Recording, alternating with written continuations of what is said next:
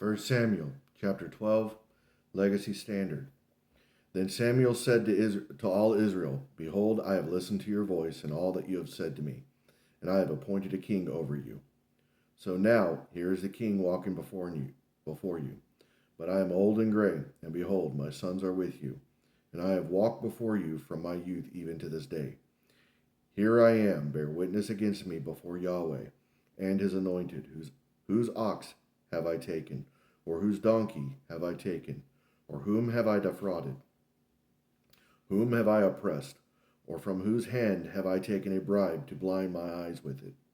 I will restore it to you.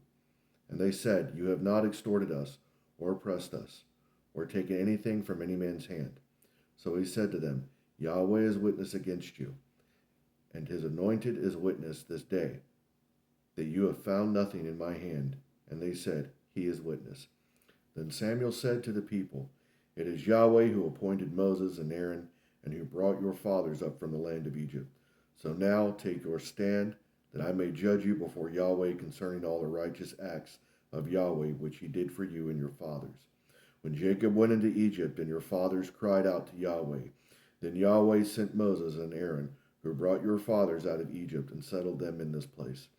But they forgot Yahweh their God, so he sold them into the land of Sisera, commander of the army of Hazor, and into the hand of the Philistines, and into the hand of the king of Moab, and they fought against them.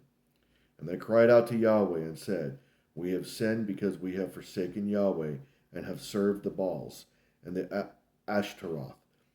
But now deliver us from the hands of our enemies, and we will serve you. Then Yahweh sent Jerubbaal and Bidon and Jephthah and Samuel, and he delivered you from the hands of your enemies all around, so that you lived in security. But you saw that Nahash, the king of the sons of Ammon, came against you, and you said to me, No, but a king shall reign over us, although Yahweh your God was your king. So now, behold the king whom you have chosen, whom you have asked for, and behold, Yahweh has set a king over you, and you will fear Yahweh, and serve him, and listen to his voice, and not rebel against the command of Yahweh. Then both you and also the king who reigns over you will follow Yahweh your God.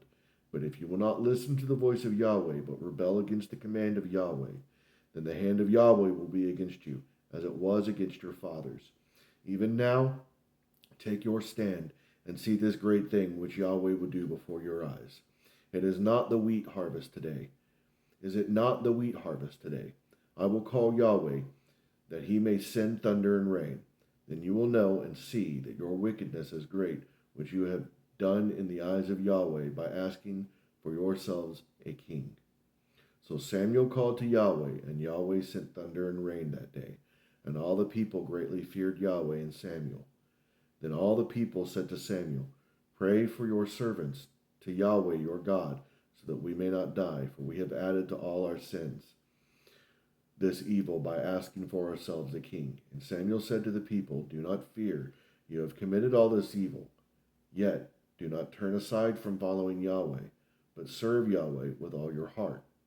And you must not turn aside, for then you would go after meaningless things which cannot profit and cannot deliver, because they are meaningless. For Yahweh will not abandon his people on account of his great name, because Yahweh has been pleased to make you people for himself. Moreover, as for me, far be it from me that I should sin against Yahweh by ceasing to pray for you. But I will instruct you in the good and upright way. Only fear Yahweh, and serve him in truth with all your heart. For see what the great things he has done for you. But if you still do wickedly, both you and your king will be swept away.